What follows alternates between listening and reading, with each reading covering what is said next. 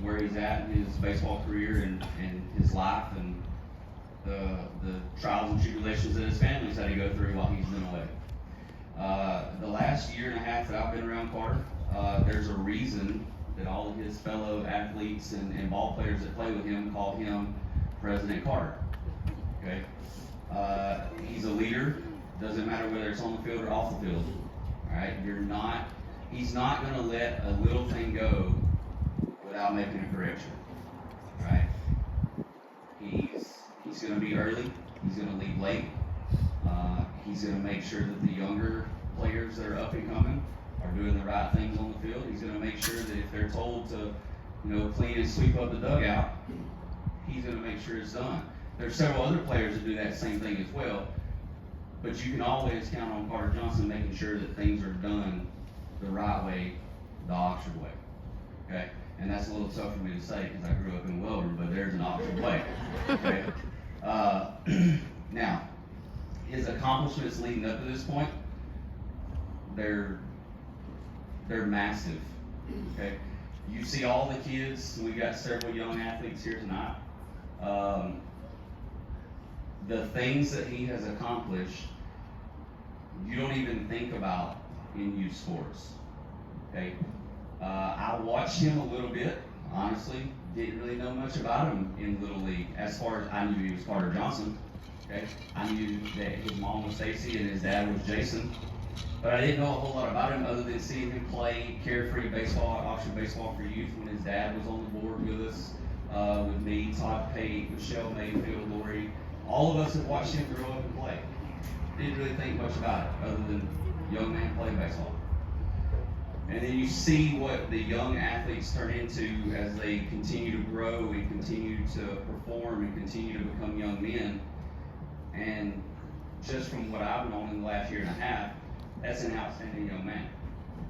Okay? I talked to him numerous times when he was in Taiwan. Lost a lot of sleep when he was in Taiwan. As well as a bunch of y'all probably did. Okay? They did not play at any normal hour. But it's worth it. When you have someone from your community or you have someone that you become close with and you grow with and you become fond of, you don't miss things that are important in their life.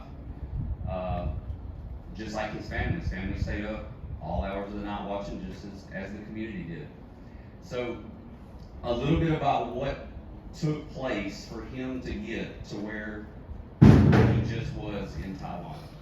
Okay? Not only is he a current Oxford High School senior, right, he was one of 100 upcoming senior baseball players invited to participate in the Prospect Development Pipeline, which is what they call the PDP League, which was a sponsored event by Major League Baseball and USA Baseball.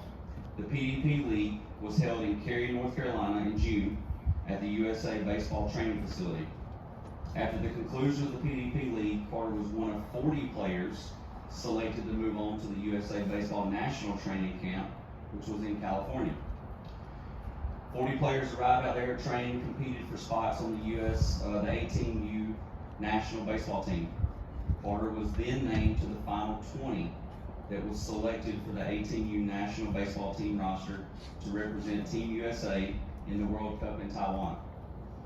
All right, that was a lot to take in, but that's huge when you're talking about the top 100 in the country and what they believe the top 100 18-year-olds to be reduced down to 40, to then be reduced down to 20, to then go represent your country, not just Oxford, Alabama, not just the Johnson family, but to represent the United States of America.